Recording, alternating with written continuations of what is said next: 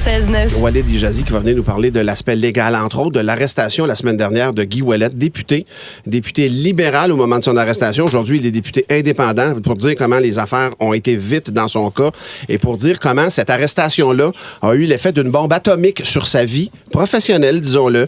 Ancien policier de la SQ, un policier de haut vol spécialisé dans les motards criminalisés qui a tenu vraiment l'information dans la guerre des motards à bout de bras, Guy Ouellet. Il est une sommité mondiale. Il y a plein de gens qui l'ont approché. Il a fait des conférences partout pour expliquer comment il s'y prenait pour, entre autres, colliger des informations sur les groupes qui étaient ciblés. Cette arrestation-là, selon François Cardinal de la Presse ce matin, n'était pas innocente. Guy Ouellet siège sur en fait, il préside un comité au Parlement qui parlait essentiellement de l'UPAC, qui voulait leur mettre des normes de qualité puis des normes de redevabilité, disons-le comme ça, qui étaient plus élevées que celles qui sont en cours présentement. Et cette arrestation-là survient après que Guy Ouellet ait insisté pour que Robert Lafrenière, c'est le directeur de l'UPAC, lui et Guy Ouellet, parenthèse, ont depuis plusieurs années une guerre entre les deux. Les deux, là, ils s'aiment pas à face. C'est deux gars qui ont monté en grade dans l'organisation de la SQ et les deux, clairement, ne s'aiment pas et c'est documenté, là. Il y a des gens, entre autres, le journaliste Denis Lessard qui le mentionne ce matin, mais c'est de notoriété publique. Et donc, ce que l'UPAC a fait essentiellement, c'est qu'ils ont fait arrêter le parlementaire qui est en commission, puis cette commission-là détermine de l'avenir de l'UPAC. De leur règle de reddition, mettons, reddition de comptes, comment ils doivent rendre des comptes aux élus. Parce que l'UPAC, essentiellement, ultimement, est sous l'égide du Parlement. Et donc, c'est à ça qu'on fait face présentement. Ça, c'est l'œil de François Cardinal et je seconde tellement. Hier, il n'y a rien qui est arrivé pour me rassurer dans les sorties publiques, sauf une chose. Le président de l'Assemblée nationale, Jacques Chagnon, est arrivé avant que Guy Ouellet prenne la parole. Guy Ouellet a pris la parole hier pour défendre son honneur.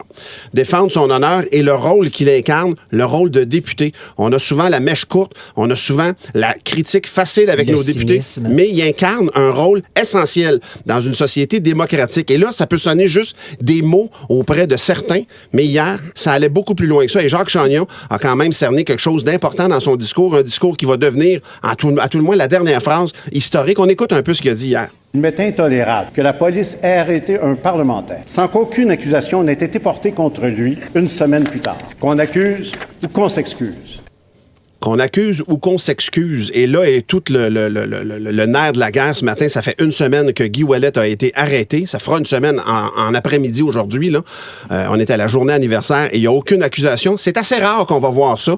On va le voir de temps en temps dans l'actualité récente. Hugo Fredette, qui a été arrêté après sa cavale. La première accusation du meurtre de son ex-épouse, c'est arrivé, je pense, 2 jours après. Pas une semaine après. Il y a eu hier d'autres accusations concernant M. Lacasse qui se sont ajoutées. Ça, c'est un cas récent là, que je vous donne en exemple. C'est arrivé hier parce qu'il n'y avait plus rien qui pressait. Il n'y avait plus rien qui pressait. Il y avait déjà une accusation qui l'empêchait d'avoir sa liberté. Ils ont même délibéré dans ce cas-là à dire on ne fera pas témoigner l'enfant. Donc, une poursuite qui était abandonnée pour préserver l'enfant. Mais là, dans le cas de Guy Ouellet, ça fait une semaine et il n'y a rien qui est arrivé. Il va y avoir des accusations à un moment donné, mais ce qu'on sent, c'est juste un règlement de compte entre deux têtes fortes.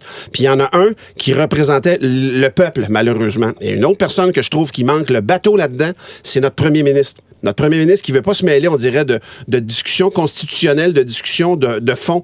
Et quand il le fait, il est hyper mal à l'aise, mais à mon sens, il manque de leadership présentement pour ordonner, mettre de l'ordre dans la cabane, puis arriver, puis dire « Hey, c'est les libéraux qui ont nommé Robert Lafrenière. » Moi, je pensais qu'il serait contrit dans son point de presse hier. Je pensais qu'il serait repentant. Je pensais qu'il verrait la grandeur de la bourde qui a fait que tout le monde...